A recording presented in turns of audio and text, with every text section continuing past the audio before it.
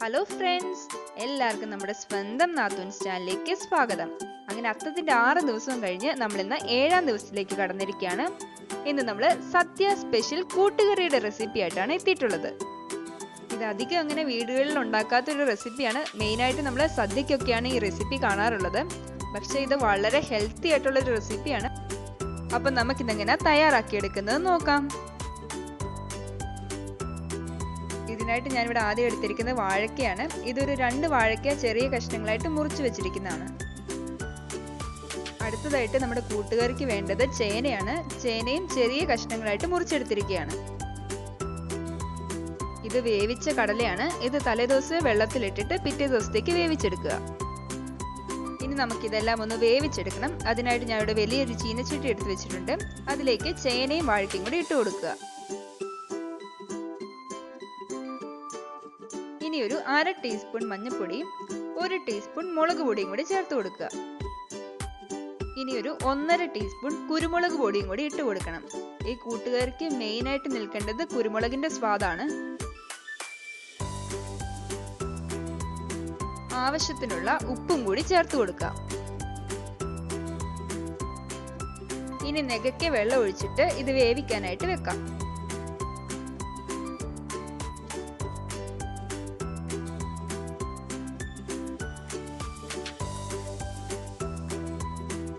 ഈ സമയം നമുക്കിതിലേക്ക് വേണ്ട ബാക്കി ചേരുവകൾ കൂടി റെഡിയാക്കി എടുക്കാം.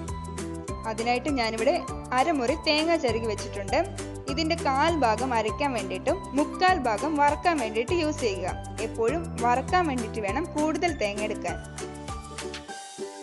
അരയ്ക്കാൻ ആവശ്യത്തിനുള്ള 1/4 ഭാഗം തേങ്ങ എടുത്തിട്ടുണ്ട്. അതിൻ്റെ കൂടെ കുറച്ച് കറിവേപ്പിലയും 1/2 ടീസ്പൂൺ നല്ല ജീരകവും കൂടി എടുത്തിട്ടുണ്ട്. ഇത് നമുക്ക് നന്നായിട്ടൊന്ന് അരച്ചെടുക്കണം. ഇപ്പൊ നമ്മുടെ ചേനയും വാഴക്കയൊക്കെ ഒരു 1/4 വേവോളം ആയിട്ടുണ്ട്. ഇനി നമുക്ക് അതിലേക്ക് നേരത്തെ വേവിച്ച് വെച്ചിരിക്കുന്ന കടല കൂടി ചേർത്ത് കൊടുക്കാം.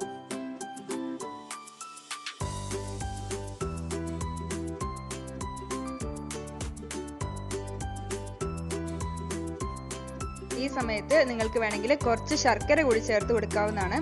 സാധാരണ സദ്യ കൂട്ടുകറിയിൽ ശർക്കര കൂടി ചേർക്കാറുണ്ട്. ഞങ്ങൾക്ക് മധുരം ഒത്തിരി താല്പര്യം ഇല്ലാത്തതുകൊണ്ടാണ് ചേർക്കാത്തത്. നിങ്ങൾക്ക് വേണമെങ്കിൽ അതുകൂടി ചേർത്ത് കൊടുക്കാം. ഇനി നേരത്തെ അരച്ചു വെച്ചിരിക്കുന്ന അരപ്പ് കൂടി ചേർത്ത് കൊടുത്തിട്ട് നന്നായിട്ട് ഇതൊന്ന് ഇളക്കി കൊടുക്കുക.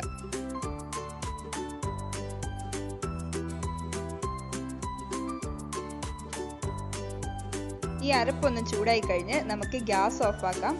എന്നിട്ട് ബാക്കി ഇരിക്കുന്ന തേങ്ങയൊന്ന് വറുത്തെടുക്കുകയും കൂടെ ചെയ്യണം. അതിനായിട്ട് ഞാനിവിടെ ഒരു പാൻ എടുത്ത് വെച്ചിട്ടുണ്ട്. അത് നന്നായിട്ട് ചൂടായി കഴിയുമ്പോൾ അതിലേക്ക് 2 ടേബിൾ സ്പൂൺ വെളിച്ചെണ്ണ ഒഴിച്ചു കൊടുക്കാം. എണ്ണ നന്നായിട്ട് ചൂടായി കഴിയുമ്പോൾ അതിലേക്ക് 1 പിടി അരി കൂടി ചേർത്ത് കൊടുക്കാം.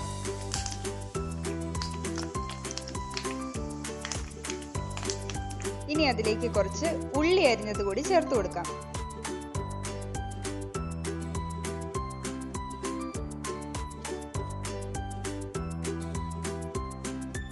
ഉള്ളി ഒന്ന് മൂത്തു വരുമ്പോഴേക്കും അതിലേക്ക് 1 ടീസ്പൂൺ നല്ല ജീരകം കൂടി ചേർത്ത് കൊടുക്കണം. കുറച്ച് കറിവേപ്പിലയും കൂടി ചേർത്തിട്ട് നന്നായിട്ടൊന്ന് വഴറ്റി കൊടുക്കുക. ഇനി ബാക്കിയിരിക്കുന്ന 1/4 ഭാഗം തേങ്ങ കൂടി ഇതിലേക്ക് ചേർത്ത് കൊടുക്കാം.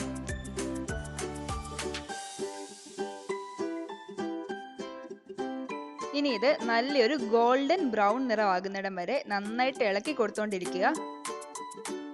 ഈ കൂട്ടുകറിയുടെ മെയിൻ ടേസ്റ്റ് തന്നെ ഈ വറവിലാണ്. അപ്പോൾ ഇത് കരിഞ്ഞു പോകാതെ നല്ലൊരു ഗോൾഡൻ ബ്രൗൺ നിറമാകുമ്പോഴത്തേക്കും ഗ്യാസ് ഓഫ് ചെയ്യാം.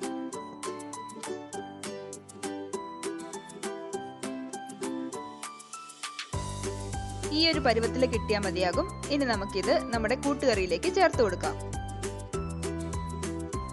എല്ലാം നന്നായിട്ട് വേവിച്ച് വെച്ച് ഗ്യാസ് ഓഫ് ആക്കിയിട്ട് വേണം ഈ വറവിൽ ചേർത്ത് കൊടുക്കാൻ. ഇതെല്ലാ ഭാഗത്തും ആകത്തക്ക രീതിയിൽ നന്നായിട്ട് ഇളക്കി യോജിപ്പിച്ച് കൊടുക്കണം.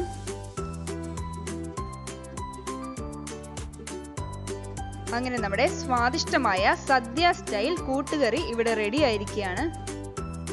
അപ്പൊ എല്ലാരും ഈ ഓണസദ്യക്ക് ഈ കൂട്ടുകറി ഉറപ്പായിട്ടും വീട്ടിൽ ട്രൈ ചെയ്ത് നോക്കണം. എന്നിട്ട് അഭിപ്രായങ്ങൾ പറയണം. നാളെ മറ്റൊരു നല്ല ഓണം വിഭവമായിട്ട് ഞങ്ങൾ നാത്തൂൻസ് വീണ്ടും വരുന്നതായിരിക്കും.